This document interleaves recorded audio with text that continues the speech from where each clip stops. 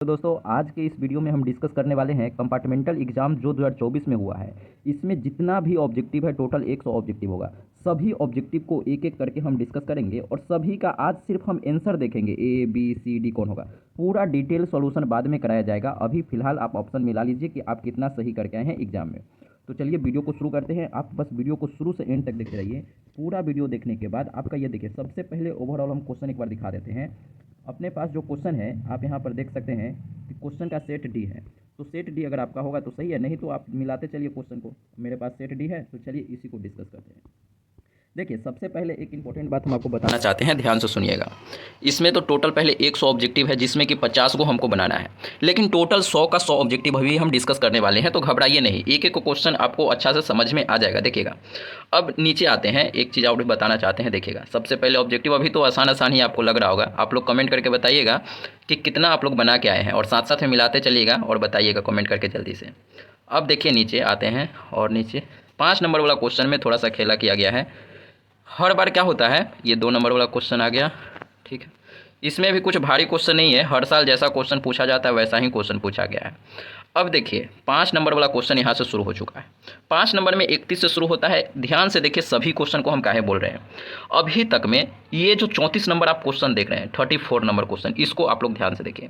तो ये जो क्वेश्चन है इससे पहले बिहार बोर्ड में एक बार पूछा गया है और बहुत साल से इस प्रकार का क्वेश्चन जो 34 नंबर पूछा गया ये नहीं पूछता है। और देखिए मतलब ये नया है, 5 नंबर में ऐसा क्वेश्चन जनरली नहीं पूछा जाता था, बहुत पहले पूछा गया था इस प्रकार का क्वेश्चन।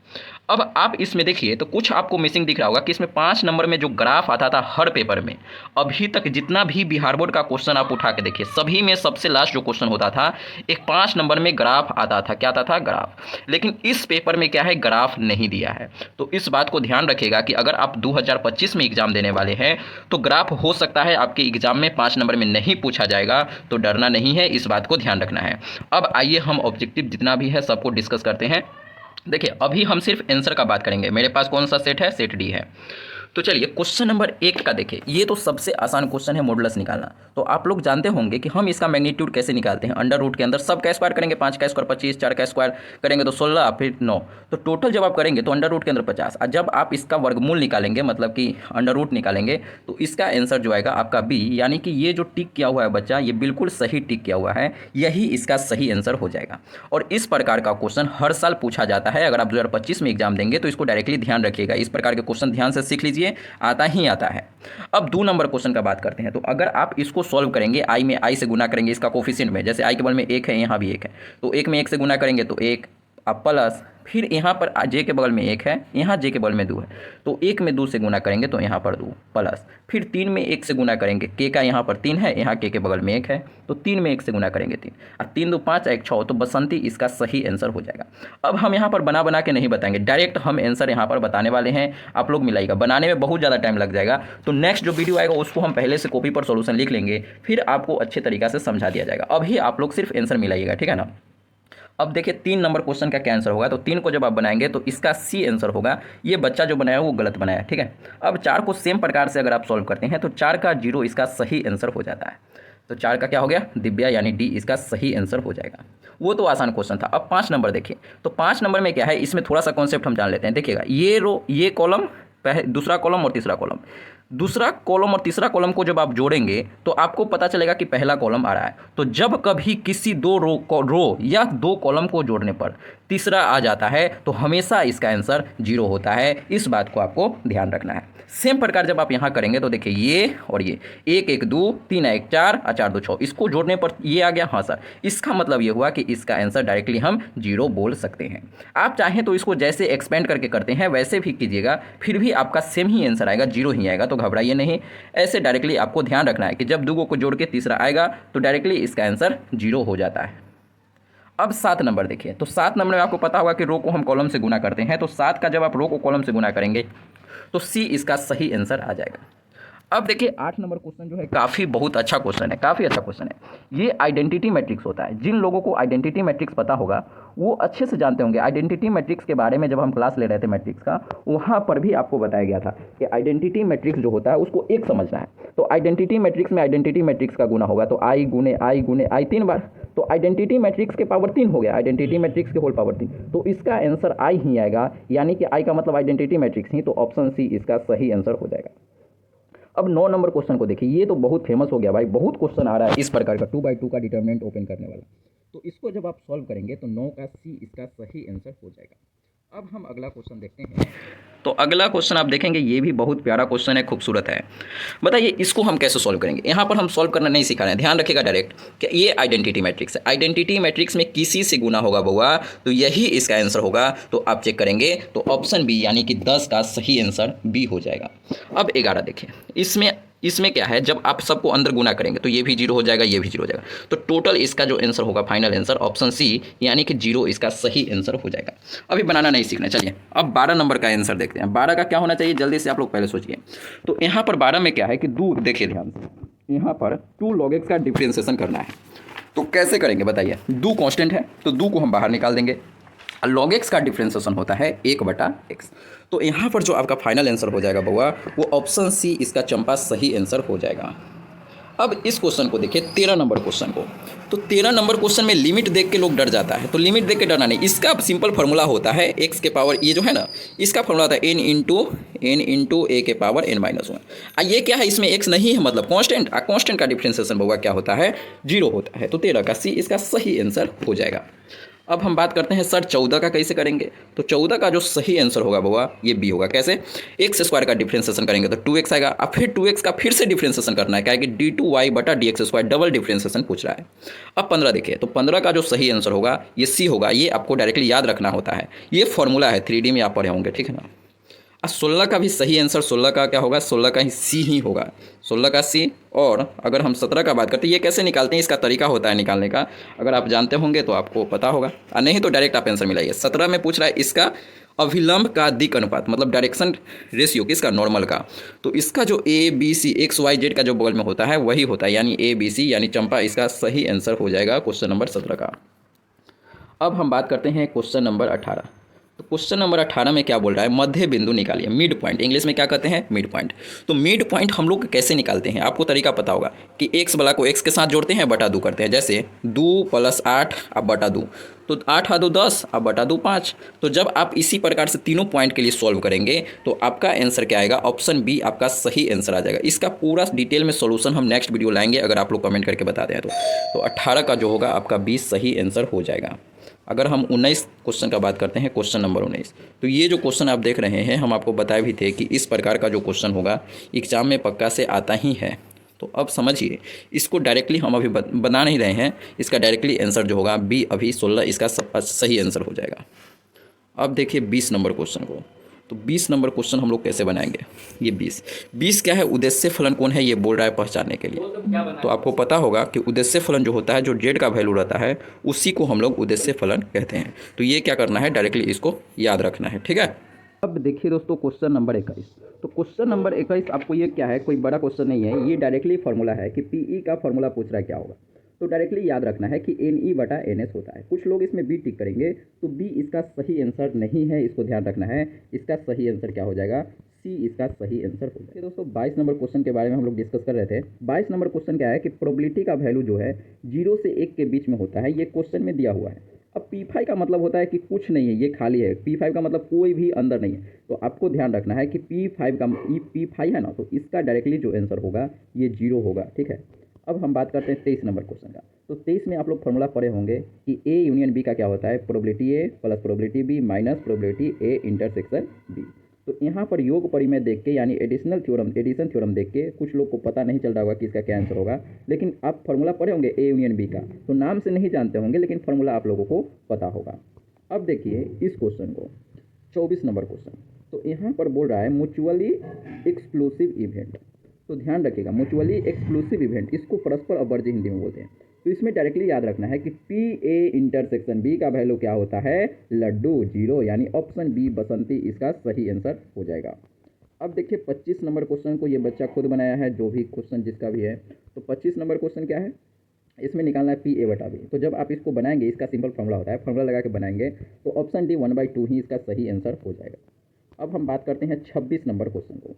तो इसमें थोड़ा सा समझिएगा कि जब आप इसका फॉर्मूला लगाएंगे PB/1, तो इसका जो फॉर्मूला होगा, फिर इसका मतलब क्या होता है ये समझिएगा। तो पी ए इन सबसेट इसको बोलते हैं, P A subset B. A subset B का मतलब आप इतना ध्यान रखिएगा कि ए इंटरसेक्शन बी का जो वैल्यू होगा उसके जगह पर आप डायरेक्टली पी ए पुट कर सकते हैं। तो ये वैल्यू अगर आप इसका मतलब समझ गए तब आप क्वेश्चन को यहाँ पर पुट करेंगे, इस वैल्यू को, डायरेक्टली आपका आंसर बी सही आंसर हो जाएगा। तो इसका बसंती यानी एक इसका आंसर हो जाएगा। अब देखिए 27 नंबर क्वेश्चन। तो 27 तो काफ़ी आसान है, इसका क्या करना है, ट्रांसपोज निकालना है। तो डायरेक्टली दिख रहा है कि इसका ट्रांसपोज सी हो जाएगा, यानी 27 का इसका सी हो जाएगा। अब देखिए 28 नंबर क्वेश्चन। 28 में वही सेम क्वेश्चन है, ट्रांसपोज ही निकालना है। तो एक चीज़ इसमें आपको डायरेक्टली ध्यान रखिए, क्या याद रखना है 28 में, कि ये जो आपको दिख रहा होगा आइडेंटिटी मैट्रिक्स दिख रहा होगा। तो आइडेंटिटी मैट्रिक्स का अगर ट्रांसपोज करते हैं, चाहे वो 2x2 का आइडेंटिटी मैट्रिक्स हो, चाहे 3x3 का आइडेंटिटी मैट्रिक्स हो, आइडेंटिटी मैट्रिक्स का ट्रांसपोज करके देखिए यही सेम आ जाएगा। ट्रांसपोज कीजिएगा तो सेम आ जाएगा, यानी पी ऑप्शन ए इसका सही आंसर हो जाएगा। ठीक है।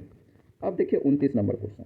तो 29 नंबर क्वेश्चन का जो सही आंसर होगा, बी इसका सही आंसर होगा, बसंती। आप लोग इसको बनाइएगा खुद से, काफ़ी आसान क्वेश्चन है।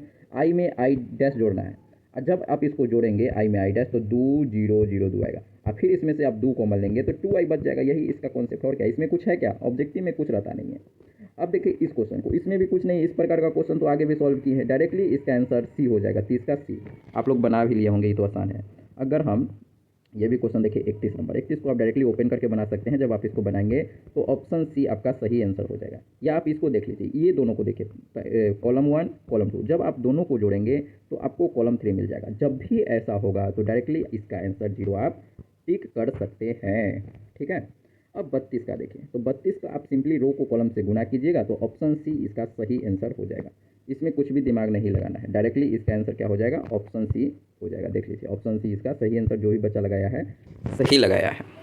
अब हम बात करते हैं 33 नंबर क्वेश्चन का। तो 33 का जो सही आंसर होगा, 33 का सी होगा। आप लोग बना के चेक कीजिएगा, हम यहाँ पर बना के, यहाँ कॉपी में लिखा हुआ है आंसर शीट, वहीं से हम डायरेक्टली बोल रहे हैं। अगर आप आंसर शीट जो भी हम कॉपी में लिखे हुए हैं वो लेना चाहते हैं, हम यहाँ फोटो लास्ट में लगा देंगे पूरा क्वेश्चन का, तो वो आप लास्ट में जाके देखिएगा, वहाँ पर आपको मिल जाएगा। या वीडियो के बीच में कहीं पर हम फोटो लगा देंगे। ठीक है, उसका टेंशन नहीं लीजिए, वो फोटो हम लगा देंगे। अब देखिए 34 का सी, 34 का जो आंसर होगा ए डॉट बी का, आप लोग जानते होंगे कि ए डॉट बी का वैल्यू क्या होता है, मैग्नीट्यूड है, magnitude B into cos theta.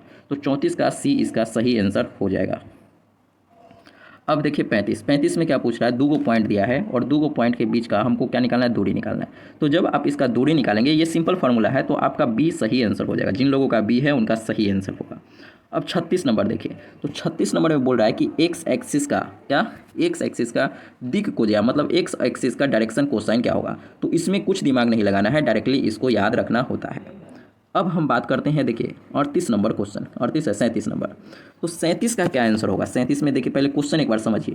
Question क्या है, बोल रहा है कि ओ पी क्यू लाइन का अगर दिक हो जाए, direction cosine L M N है, तो क्यू पी का क्या होगा। मतलब यहाँ पी क्यू है, यहाँ क्यू पी है, तो पी क्यू का अगर एल एम एन है तो क्यू पी का क्या हो जाएगा। आप लोग खुद से दिमाग लगाइएगा, तो ऑप्शन सी उल्टा हो जाएगा, माइनस लग जाएगा। और क्या, और कुछ है क्या, इसमें नहीं है, काफ़ी आसान है। तो इसका चंपा सही आंसर हो जाएगा।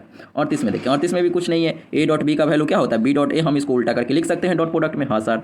अब आप इसको सॉल्व करेंगे तो जब जे क्रॉस के का वैल्यू निकालिए, फिर आई आएगा, फिर आई डॉट आई, सेम का डॉट क्या होता है, 1 होता है बउआ। तो 39 का ऑप्शन ए सही हो जाएगा। अब 40 का हम बात करते हैं। तो 40 में डायरेक्ट आई के बोल में 1 है, यहाँ 5 है, 5 में 1 से गुना करेंगे 5, तो डायरेक्टली यहाँ पर 40 का ए सही आंसर हो जाता है। अब 41 नंबर देखिए। तो 41 में तो कुछ है नहीं, काफ़ी आसान क्वेश्चन है। 41 1/x का इंटीग्रेशन क्या होता है, तो log mod x होता है। ये तो सभी बच्चा को फॉर्मूला याद होता है। हाँ सर जी। तो 41 का जो आंसर हो जाएगा, सी सही आंसर हो जाएगा। अब हम 42 का बात करते हैं। तो 42 में आप सभी लोग जानते होंगे कि sine square x plus cos square x क्या होता है। तो sine square theta plus cos square theta क्या होता है, 1 होता है। आप लोग बताइए कि 1 का इंटीग्रेशन क्या होगा। तो 1 का इंटीग्रेशन हो जाएगा बुआ x, तो x प्लस के, यानी इसका भी सी सही आंसर हो जाएगा। अब 43 नंबर का आंसर बताइए कि 43 का क्या आंसर होगा। तो e के पावर x के बारे में सभी लोग को पता होगा कि ये क्या है, 1 नंबर का ढीठ है, और ढीठ इसका इंटीग्रेशन कीजिए चाहे डिफ्रेंसिएशन कीजिए सेम ही रहता है। तो e के पावर x का इंटीग्रेशन e के पावर x ही रहेगा। ये आपको क्या करना है, डायरेक्टली ध्यान रखना है। अब देखिए आगे हम बात करते हैं 44 नंबर क्वेश्चन। तो इसमें बहुत लोग गलती करते हैं। 44 नंबर क्वेश्चन को आप लोग ध्यान से देखिए। इसमें क्या करेंगे, बहुत सारे लोग गलती करेंगे। क्या गलती करते हैं उसको समझिएगा। 2 के पावर x का हमको इंटीग्रेशन निकालना है। कुछ लोग तो इसको a भी टिक कर सकते हैं, कुछ लोग c भी टिक कर दिए होंगे, लेकिन इसका जो सही आंसर होगा d होगा, ये गलत आंसर होगा। ध्यान रखिएगा कि इंटीग्रेशन में क्या होता है कि हम यहाँ पर log 2 को डिवाइड में लिखते हैं, इसीलिए d सही होगा, ये क्या होगा, गलत हो जाएगा। अब हम 45 का बात करते हैं। जैसे 1/x का इंटीग्रेशन हम लोग log x याद रखते हैं, सेम प्रकार से 1 अगर x के जगह कोई लीनियर है x+1 है तो फिर भी इसका आंसर log x+1 यानी c इसका सही आंसर हो जाएगा। अब हम बात करते हैं 46 नंबर। तो 46 क्या है, ये तो डायरेक्ट फार्मूला है, sec स्क्वायर x का इंटीग्रेशन क्या होता है बउआ, तो 10x होता है, तो यहाँ c सही आंसर हो जाएगा। ये भी डायरेक्ट फार्मूला है। 47 नंबर, 47 में भी direct formula sin inverse x का फार्मूला हो जाएगा। हाँ सर।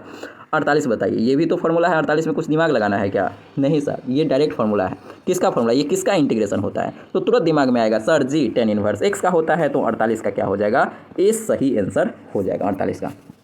अब 49 में लोग गलती करेंगे।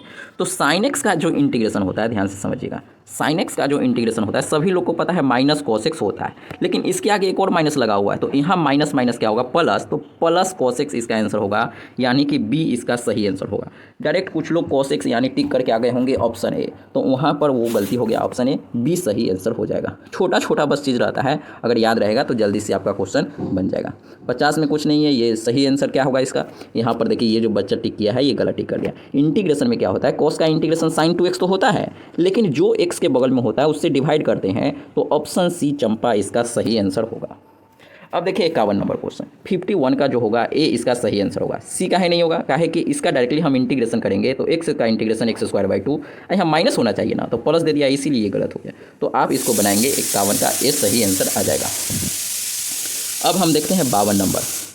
तो 52 का सही आंसर क्या होगा, 52 को जब आप बनाएंगे डिफरेंशियल इक्वेशन डायरेक्टली इंटीग्रेट कीजिए तो आपका ए सही आंसर आ जाएगा। डायरेक्टली इंटीग्रेशन करके आप लोग बना सकते हैं। अब 53 जो है काफ़ी अच्छा क्वेश्चन है, ये फिर से आइडेंटिटी मैट्रिक्स आ गया। इस कॉन्सेप्ट को आप लोग अपने दिमाग के अंदर पूरा बैठा लीजिए, ये बार बार पूछा जाता है। क्या आइडेंटिटी मैट्रिक्स के पावर यहाँ 10 है, आइडेंटिटी मैट्रिक्स के पावर 10 रहे, 100 रहे, कुछ भी रहे, आपका हमेशा ए ही आंसर आएगा, तो इसका सही आंसर क्या हो जाएगा, सी हो जाएगा। इसमें कुछ समझना नहीं है, आइडेंटिटी मैट्रिक्स के पावर कुछ भी हो यही होता है, यानी सी इसका सही आंसर हो जाएगा। अब देखिए 54, ये 3D का सबसे आसान क्वेश्चन है। जब आप इसको बनाएंगे तो आपका जो आंसर आ जाएगा 12 सही आंसर आ जाएगा। देखिए हम बना नहीं रहे हैं, क्या है कि यहाँ बनाने में यहाँ हाथ से कितना ही यहाँ लिख पाएंगे, इसीलिए नहीं बना रहे हैं। आप लोग यहाँ पर बेसिक कॉन्सेप्ट जानते होंगे तो आप लोग खुद से देख लीजिएगा, आंसर सिर्फ मिला लीजिए, ठीक है। इसका डिटेल सॉल्यूशन आप लोग चाहते हैं तो आप कमेंट करके बताइएगा, नेक्स्ट वीडियो में हम पूरा इसको डिटेल में सॉल्व करके आपको बता देंगे, पूरा वीडियो बना देंगे, ठीक है। अब देखिए 55 नंबर क्वेश्चन। तो 55 में जब आप इसको बनाएंगे तो आपका बी सही आंसर आ जाएगा, इसका बी सही आंसर हो जाएगा। अब देखिए 56 में क्या है कि आपको इसको याद रखना है, इसमें भी कुछ दिमाग नहीं लगाना है कि ये जो प्रॉपर्टी होता है ना, ये क्या होता है, आइडेंटिटी होता है, हिंदी में तत्समक कहते हैं, ये इसको डायरेक्टली याद रखना है। इनवर्स क्या होगा, ये गलत हो जाएगा। अब देखिए 57 का सही आंसर होगा ए ही हो जाएगा। अब हम बात करते हैं 58 नंबर का। वो सब कुछ नहीं, डायरेक्टली सब फार्मूला ही है। अगर कोई आपको भारी लगता है तो आप उसको छोड़ दीजिए, चाहे हम पूरा जब कॉन्सेप्ट समझाएंगे तो वहाँ पर आसानी से एक एक क्वेश्चन आपसे बनना शुरू हो जाएगा। कोई भारी क्वेश्चन नहीं है, एक भी भारी क्वेश्चन नहीं है, सब आसान आसान क्वेश्चन ही पूछा जाता है बिहार बोर्ड में। अब देखिए 58 नंबर क्वेश्चन बोल रहा है इनटू फंक्शन। इनटू फंक्शन के लिए क्या होता है, याद रखिएगा कि एफ ए जो होता है सबसेट होता है बी का, तो ये डायरेक्टली याद रखना है, इसमें दिमाग नहीं लगाना है। चलिए ये नया क्वेश्चन पूछ लिया है, ये तो जो 58 क्वेश्चन था ये बार बार पूछा है, ये नया क्वेश्चन पूछा है, तो ध्यान दीजिएगा। हिंदी इंग्लिश पहले दोनों हम आपको दिखा देते हैं। देखिए क्वेश्चन बोल रहा है कि 1 ऑन 2 के लिए 1 और ऑन 2 फंक्शन है, तो इसके लिए कौन सा रिलेशन सही होगा, तो इसमें इसका सी सही आंसर हो जाएगा, चंपा इसका सही आंसर होगा। इसको क्या करना है, डायरेक्टली याद रखना है। अब 60 नंबर का आंसर बताइए। तो ये क्या है, ये तो भैया ई के पावर एक्स का डबल डिफ्रेंसिएशन करना है, तो ई के पावर एक्स का पहला बार डिफरेंस करेंगे, ई के पावर एक्स। जब इसका दोबारा भी डिफ्रेंसिएशन कीजिएगा ना बउआ, तो यही आएगा। ये बहुत ढीठ है, ढीठ का डिफ्रेंसिएशन कीजिए, इंटीग्रेशन कीजिए, आंसर यही आता है। तो ई के पावर एक्स ही इसका सही आंसर हो जाएगा, कितना बार भी डिफ्रेंसिएशन कर लीजिए। अब देखिए 61 नंबर क्वेश्चन में कुछ लोग पता है बहुत ज़्यादा टाइम लगा देंगे। तो आप लोग जब आप cos 2 थीटा का फॉर्मूला आप लोग जानते होंगे, cos 2x का cos² x minus sin² x, वो फॉर्मूला यहाँ पर लगाएंगे तो सिंपली क्या आ जाएगा, ये किसका फॉर्मूला हो जाएगा, इसका दुगुना cos x का फॉर्मूला है, cos x का इंटीग्रेशन sin x, तो 61 का c इसका सही आंसर हो जाएगा। तो इसमें भी कुछ ज़्यादा था नहीं। अब देखिए 62 नंबर, तो 62 नंबर हम लोग कैसे बनाएंगे, 62 को बनाना पहले सीख लीजिए। तो इसके जगह पर आप लोग x + 1 का होल स्क्वायर लिख सकते हैं। क्या लिख सकते हैं, x + 1। अब फिर जब आप उसका इंटीग्रेशन करेंगे तो ये c इसका सही आंसर हो जाएगा। 62 का क्या हो जाएगा, c हो जाएगा। अब 63 x की पावर 0, x की पावर 0 मतलब 1 का, 1 का इंटीग्रेशन क्या हो जाएगा, x, तो इसका b सही आंसर होगा, 63 का b। अब देखिए 64 में क्या है कि cos 2x का इंटीग्रेशन आपको निकालना पड़ेगा। तो cos 2x का इंटीग्रेशन sin 2x/2, अब फिर जब आप लिमिट पुट करेंगे तो आपका सही आंसर ए आ जाएगा। आप लोग बना के चेक कीजिएगा, अगला वीडियो में हम डिटेल में बताने वाले हैं। अब देखिए इसको हम लोग कैसे बनाएंगे, 65 नंबर क्वेश्चन को एक बार ध्यान से देखिए। तो आप लोग बस sec x का इंटीग्रेशन जानते होंगे कि sec x × tan x का इंटीग्रेशन sec x ही होता है। अब आप इसमें लिमिट जब पुट करेंगे तो 65 का c आपका -2 सही आंसर आ जाएगा। अब सेम प्रकार से अगर हम 66 नंबर का बात करते हैं तो 66 में डायरेक्ट लिमिट पुट इंटीग्रेशन करके लिमिट पुट कीजिएगा तो ऑप्शन डी आपका सही आ जाता है। अब हम 67 का बात करते हैं तो 67 का सही आंसर 0 है, सी इसका सही आंसर हो जाएगा। 67 का सी आंसर है, 67 का सी देख लीजिए, इसका क्या है, सी इसका सही आंसर है। 68 में तो कुछ दिमाग लगाना है नहीं, सभी लोगों को पता होगा। एक्स स्क्वायर का इंटीग्रेशन करेंगे, एक्स को फिर लिमिट लगाएंगे तो डी इसका दिव्या सही आंसर हो जाएगा। देखिए थोड़ा सा हमको कठिनाई हो रहा है, क्या कि इस तरह का वीडियो हम जनरली अभी तक ज़्यादा बनाए नहीं हैं, तो इसीलिए थोड़ा सा कठिनाई हो रहा है। ठीक है, बोर्ड पर समझाने में उतना दिक्कत नहीं होता है, आपको भी पता चल रहा होगा। देखिए अब 69 क्वेश्चन को हम कैसे बनाएंगे, तो इसको क्या है, cos x है, -π/2 से π/2 लिमिट है। तो cos x जो होता है इवन फंक्शन होता है, तो इसका जो 2 से गुना करके 0 से π/2 और cos x, और 0 से π/2 में cos x का इंटीग्रेशन क्या होता है, हम लोग डायरेक्टली याद रखते हैं 1, और 2 में 1 से गुना होगा तो 2, यानी c इसका सही आंसर हो जाएगा। चलिए इसका c इसका सही आंसर होगा, डायरेक्टली आप लिमिट लगा के पुट कर सकते हैं। अगर इवन ऑड का आप नहीं याद होगा तब इवन ऑड वाला कॉन्सेप्ट जो होता है। अब देखिए 70 को जब आप बनाएंगे, कैसे बनाएंगे, इसका हम पहले आंसर का बात करते हैं। तो इसका आंसर 0 हो जाएगा। कैसे होगा, यहाँ पर x स्क्वायर यहाँ x है तो कट जाएगा तो सिंपल x बच जाएगा, -2 से 2। अब -2 से 2 x क्या होता है, ऑड फंक्शन होता है, ऑड फंक्शन का इंटीग्रेशन 0। अगर आपको ये समझ नहीं आया तो आप इसको x का इंटीग्रेशन x² 2 करके भी सॉल्व कर सकते हैं, आपका 0 ही आंसर आएगा। अब देखते हैं 71 नंबर क्वेश्चन, इसको कैसे बनाएंगे। तो बनाना इसमें थोड़ी है, ये तो डायरेक्ट आंसर होगा। tan 1x का डिफरेंशिएशन क्या होता है, तो tan 1x का डिफरेंशिएशन 1/1 + x² होता है, तो इसमें कुछ बनाना है नहीं।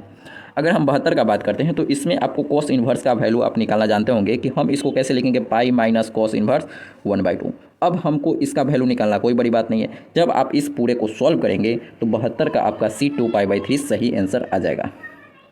अब देखिए 73 नंबर हम लोग कैसे बनाएंगे, तो यहाँ साइन इन्वर्स से साइन काट लेंगे तो डायरेक्ट x आंसर हो जाएगा। tan इन्वर्स x इसका क्या हो जाएगा, d हो जाएगा। tan इन्वर्स x का cot इन्वर्स 1/x, बस बात खत्म।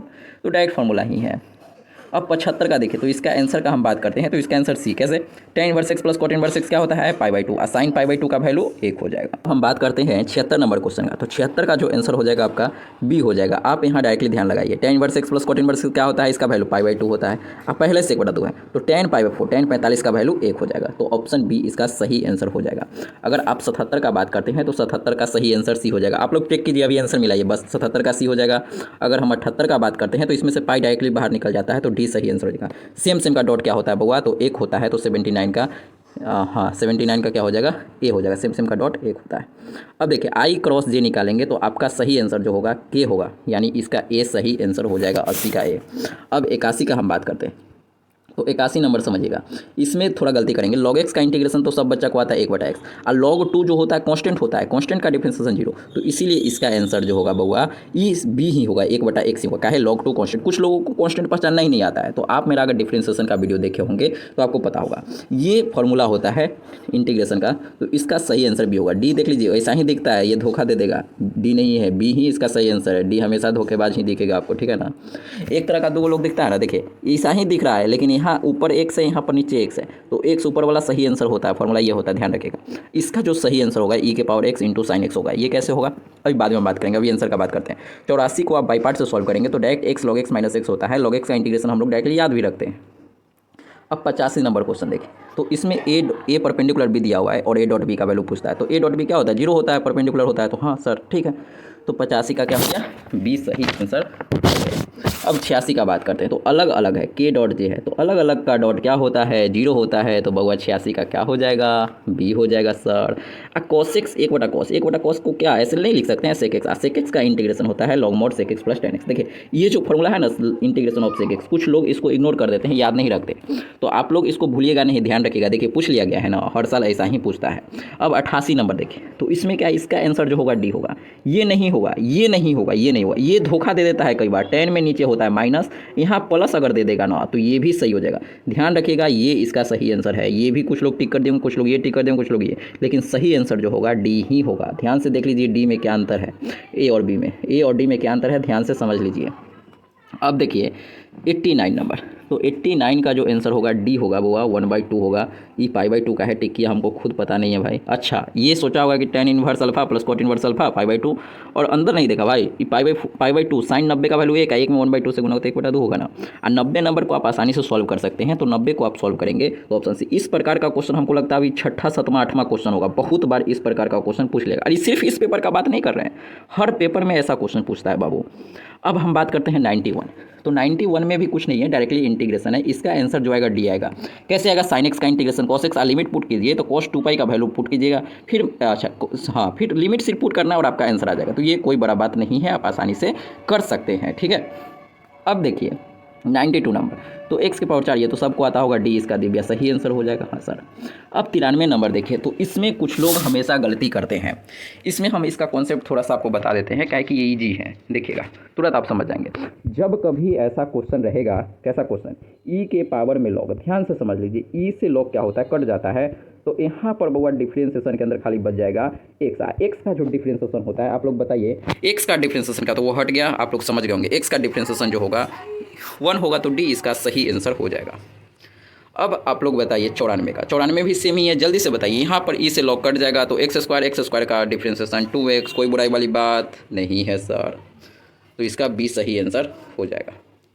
अब 95 नंबर देखिए, तो sign inverse x plus cos inverse x क्या होता है, π/2। अच्छा यहाँ π/2 होता है, ई टिक कर दिया π/2, ये गलत है बाबू। क्या है कि sine inverse x plus cos inverse π/2 होता है, इसका हमको डिफ्रेंसिएशन करना है ना, तो कांस्टेंट का डिफ्रेंसिएशन क्या होता है बउआ, 0 होता है, तो 95 का सी होगा ना, ठीक है। ये चीज़ समझ में आना चाहिए।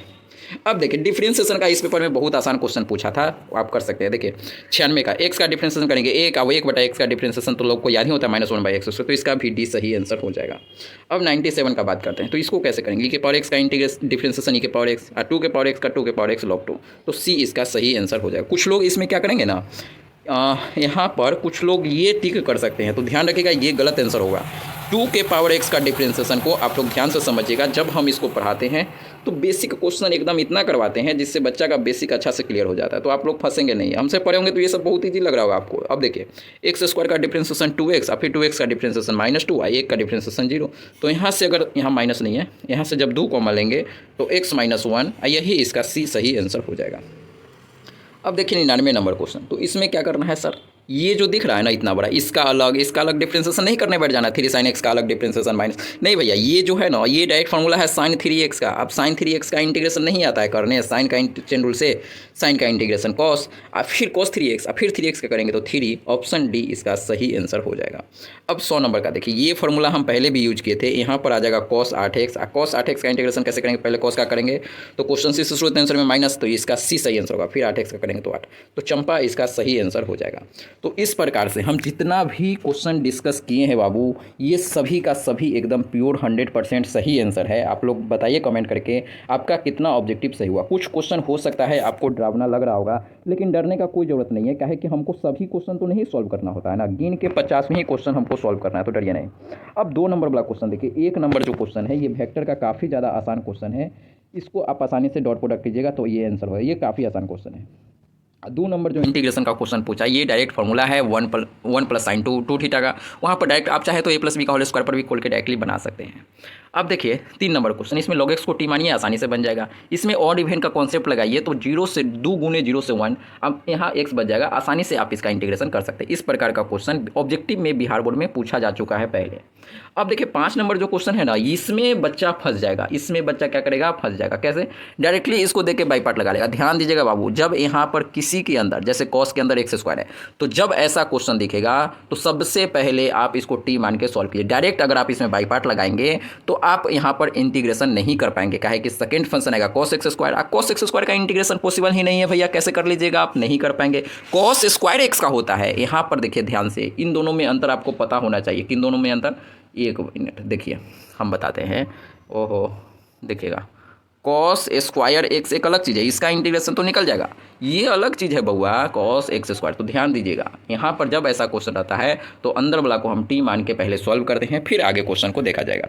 अब 6 नंबर क्वेश्चन देखिए, ये इन्वर्स त्रिकोणमिति का काफ़ी आसान क्वेश्चन है। साइन इन्वर्स एक्स को टी मानिए, थीटा मानिए, कुछ भी मानिए, और फिर ये आसानी से प्रूव हो जाएगा। और 7 नंबर जो क्वेश्चन है, यही सेम क्वेश्चन पहले भी बिहार बोर्ड में पूछा गया है प्रूव करने के लिए। बस फॉर्मूला, ये सभी क्वेश्चन आपको, आप दुनिया के कोई भी सर से पढ़े होंगे ना, तो आपको ये सब प्रायः ही गया होगा। अब देखिए यहाँ पर 8 नंबर क्वेश्चन, ये इस प्रकार का क्वेश्चन न जाने हर साल पूछा जाता है, हर साल। 10 नंबर क्वेश्चन देखिए डिफरेंशिएशन का, कितना आसान क्वेश्चन है भैया। इस प्रकार के क्वेश्चन में एकदम PhD हम आपको करवा दिए थे कैसे इसको सॉल्व करना है। कुछ है क्या इस क्वेश्चन में, कुछ है क्या, कुछ है क्या? कोई भी बच्चा आसानी से कर लेगा। इसमें भी कुछ नहीं, पहले लॉग का करेंगे फिर अंदर वाला करेंगे। इस सब का सॉल्यूशन हम नेक्स्ट वीडियो में लाएंगे। यहाँ देखिए ये जो क्वेश्चन है 12 नंबर आप देख रहे हैं, ये क्वेश्चन पहले बिहार बोर्ड में पूछा जा चुका है। इसमें डायरेक्टली आप नीचे वाला का जब फैक्टर करेंगे, किसका फैक्टर, इसका जब आप फैक्टर करेंगे, गुणनखंड करेंगे, तो ऊपर वाला से कट जाएगा, फिर आप आसानी से इस क्वेश्चन को सॉल्व कर पाएंगे। अब देखिए ग्राफ वाला क्वेश्चन 13 नंबर में है।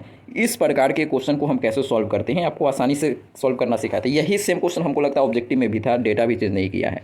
और जो हम क्लास में क्वेश्चन डिस्कस किए थे, हमको लगता है यही सेम डेटा वाला ही क्वेश्चन हम लोग डिस्कस किए थे, और वही क्वेश्चन आपका एग्जाम में पूछ लिया गया है। ये प्रायिकता का सबसे आसान क्वेश्चन 14 नंबर जो देख रहा है, इसमें बहुत आसान क्वेश्चन है। कुछ लोग जो होता है ना, प्रायिकता नाम सुन के डर जाते हैं और चैप्टर को छोड़ देते हैं। तो देखिए बेसिक हर चैप्टर का आना चाहिए, तो बेसिक अगर आपको आएगा तो प्रोबेबिलिटी का ये क्वेश्चन आप आसानी से सॉल्व कर सकते हैं। और ये भी काफ़ी आसान क्वेश्चन है, ये भी आप आसानी से बना सकते हैं। तो इसमें कोई भी मुश्किल सवाल नहीं। 16 नंबर क्वेश्चन पहले पूछा जा चुका है। 17 नंबर देखिए, जैसा क्वेश्चन पहले पूछता था उसी क्वेश्चन में थोड़ा सा घुमाने का कोशिश किया है। कुछ लोग घूम भी गए होंगे। यहाँ पर जो है dy/dx का जो वैल्यू हो जाएगा ना बउआ, e⁻³ - 5y। तो ऐसे देके बहुत बार क्वेश्चन पूछा है, लेकिन इस बार कुछ नया सोचा बिहार बोर्ड, अच्छी बात है। तो बिहार बोर्ड कुछ अच्छा सोच रही है तो अच्छा बात है ना। हाँ चलिए, आप लोग ये हालांकि आसान क्वेश्चन है, कर सकते हैं। अब देखिए 18 नंबर क्वेश्चन, परस्पर लंब है, तो लंब के लिए तो डॉट प्रोडक्ट को हम 0 करते हैं, यही प्रूव करना है। हाँ सर।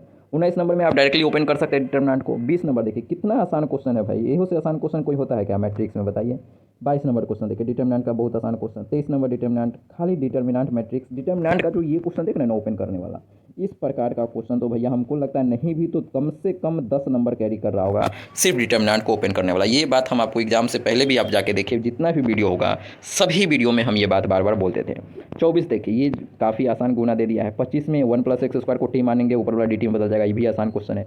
26 में भी आप नीचे वाला को टी मानिए, ऊपर वाला dt में बदल जाएगा, आसान है।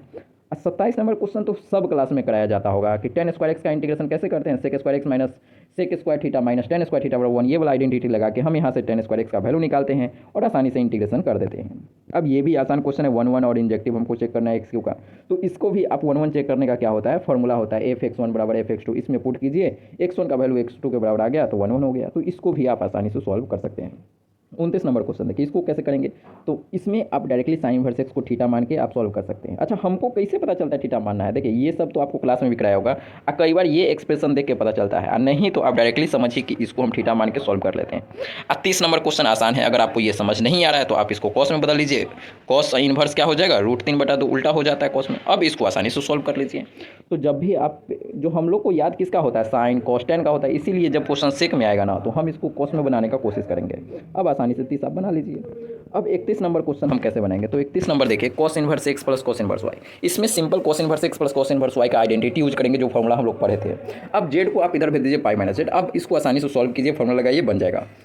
अब 32 नंबर क्वेश्चन जो है ना, बिहार बोर्ड में पहले पूछा जा चुका है, इसको आप आसानी से सॉल्व कर सकते हैं। इसमें सिंपल क्या है, मतलब एक जैसे देखिए हम बता देते हैं, इसमें थोड़ा सा कॉन्सेप्ट, इसको मतलब ई जो है ना, ई वाला 1 ऊपर वाला, इन दोनों को हमको जीरो बनाना है इसके हेल्प से, तो आसानी से हम जीरो बनाएंगे, फिर डिटर्मिनेंट ओपन करेंगे तो इसका आंसर आ जाएगा। ये क्वेश्चन पहले 2 नंबर में पूछा गया था और 5 नंबर में पूछा गया।